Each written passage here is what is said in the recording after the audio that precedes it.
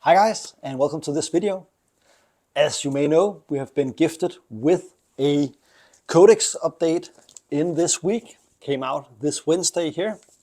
For me it's Friday currently at the recording time here. It's called Liberation. And I know it may sound a little ungrateful, but I am actually disappointed in what we got in this Codex update. I think the hype and the anticipation of it has been, I think that has been promised a lot more than what was delivered, and I think that's a shame, to be honest. But let me go into what we actually did get. So first of all, we got 3 new relics: the Circlet of the Void, Book of Latvinia, and the Neural Loop. And I think these 3 components are the most exciting ones in this Codex update. I will go into a little more detail with those a little later. Then we also got some more galactic events. 2 of them were already teased last year. That was the Minor Factions and the Age of Exploration. I'll put the graphics on the screen. So these are some changes to some of the core rules in the game. So you can choose to add either 1 or more of these to the game during setup. And then you can get some more flexibility in how you play the game. This was actually not something I'm really looking for in the game. I like that Dane and Fantasy Flight Games experiment with variants so that we can keep playing the game and have fun with it, and it just becomes stale and boring. But I'm not sure this is the right way, at least for me. Out of the 4 released here, there is one I find interesting though, and that is the Total War scenario, because I have a play group that really wants to roll some more dice.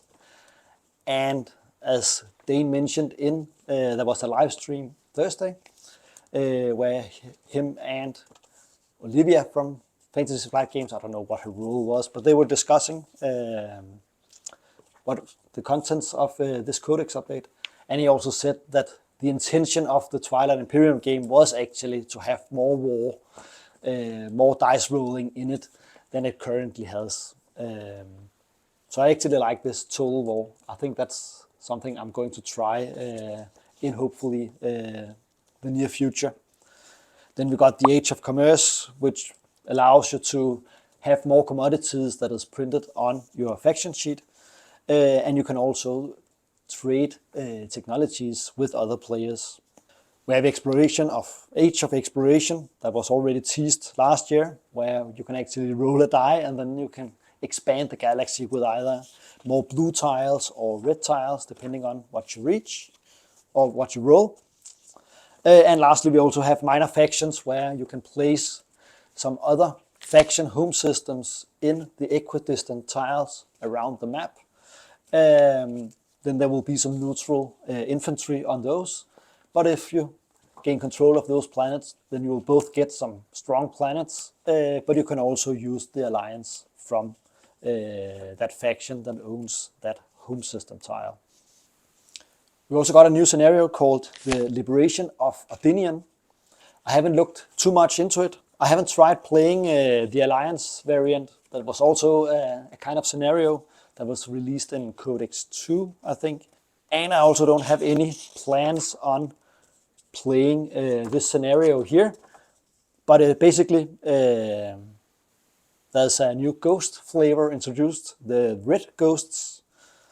And the Necrovirus will also get some new faction technologies.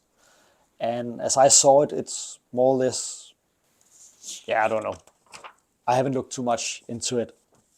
So we got that extra scenario, and I'm not sure if I'm going to play that. What I was really hoping for, and what would have made me more excited about this Codex update, was more relics, more exploration cards, new action cards, revamping the entire agenda phase. I haven't tried the hidden agendas, which is a fifth galactic event. I don't know why it's not included in the Codex, but I think that was teased during one of the Space Cats Peace Turtles podcast episodes. Yeah, the agenda phase is something I think that needs an overhaul. I think the time spent during the agenda phase does not correspond to the outcomes of the agenda. Usually, of course, there are a few very strong agendas that are always fun when they come out, but I think most of it's just time consuming. So yeah, so that could actually be a galactic event whenever that is released, the hidden agendas, so that we can get that over with a little faster. But I was really hoping for more game components and balancing of existing factions. Of course, Albeck, everybody thinks Albeck needs a little boost, but also some of the other strong combat-related factions could also need a boost. But of course, they could get that with the Total War Galactic event here. But also getting technology, let them be more interesting to get, or maybe make them cheaper to get, or anything like that. I think there are a lot of technology in the game, and it's often very few. It's the same ones we research very often, with small variants, of course, depending on what faction we actually play. All right, let's have a look at the new relics here. The first one is called Circlet of the Void. Your units do not roll for gravity rifts, and you ignore the movement effects of other anomalies. So with this relic, you gain access to actually can fly into and out of the supernovas, and you can also do the same with asteroid fields without the anti-mass deflectors technology. But you also get an action. Exhaust this card to explore a frontier token in a system that does not contain any other player's ships. And of course, you can now get access to that frontier token in the supernova, of course, but also some of the other exploration tokens in the galaxy that could otherwise be hard to reach. And I think this is really interesting because whenever we explore as much as possible, then we will open up the map, hopefully finding the gamma wormhole or some of the other interesting exploration things that could also potentially help us score more victory points.